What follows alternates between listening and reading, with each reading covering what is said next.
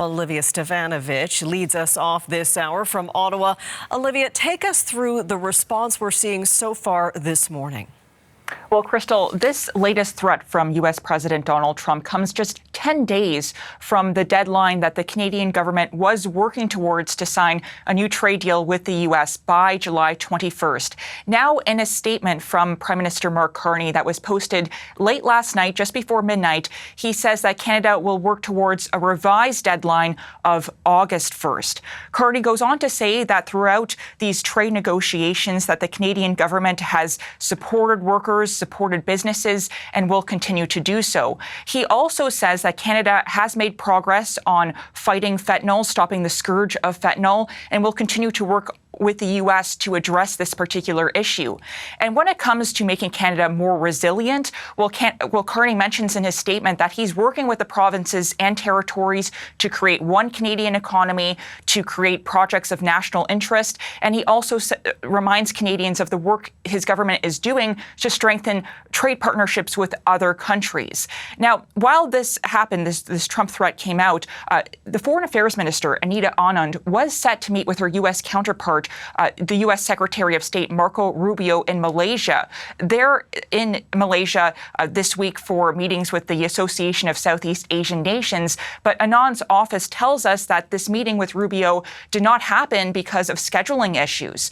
Now, Carney, I've reached out to the Prime Minister's office to see if he will be out speaking to the cameras today to speak to Canadians further about this matter. And at this time, the Prime Minister's office says that he will not be speaking further at this point in time. We do have statements to bring you, though, from the opposition. We have a statement from Conservative leader Pierre Poilievre, who calls this another unjustified attack against Canada's economy from Trump. And he says that Conservatives stand ready to do everything they can to secure the best deal for Canada by that original deadline of July 21st to create a new trade deal with the U.S.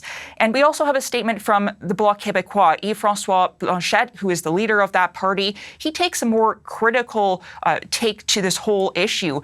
He takes aim at the Prime Minister for not doing enough, essentially, to ensure market diversification.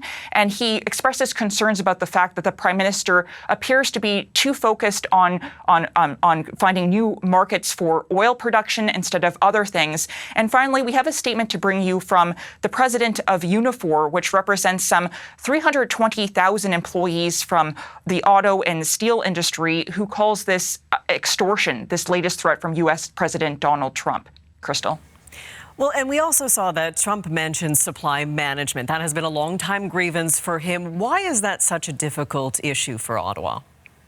Well, this is a Canadian policy that controls the production of poultry, eggs, turkey, and it does so to make sure that the prices do not fluctuate significantly. And so Canadians do pay higher prices because of that.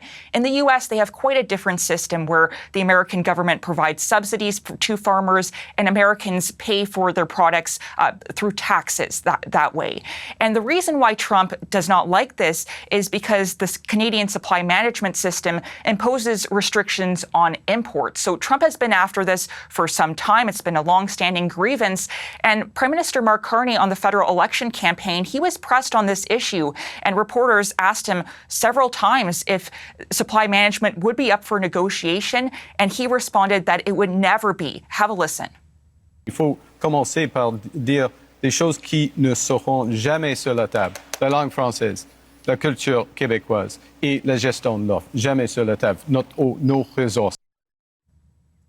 Now, supply management is very important to farmers in Quebec. There is some criticism in Canada over this system. Some people feel that maybe it should be dismantled, but there is still a lot of support for this Canadian system here. So Carney will likely face, while he's facing pressure even domestically from some people who may want this system to be dismantled and to go the way of the digital services tax, the DST, which Carney got rid of because Trump raised issues with it.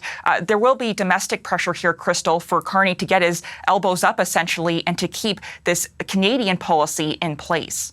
Olivia, thank you so much.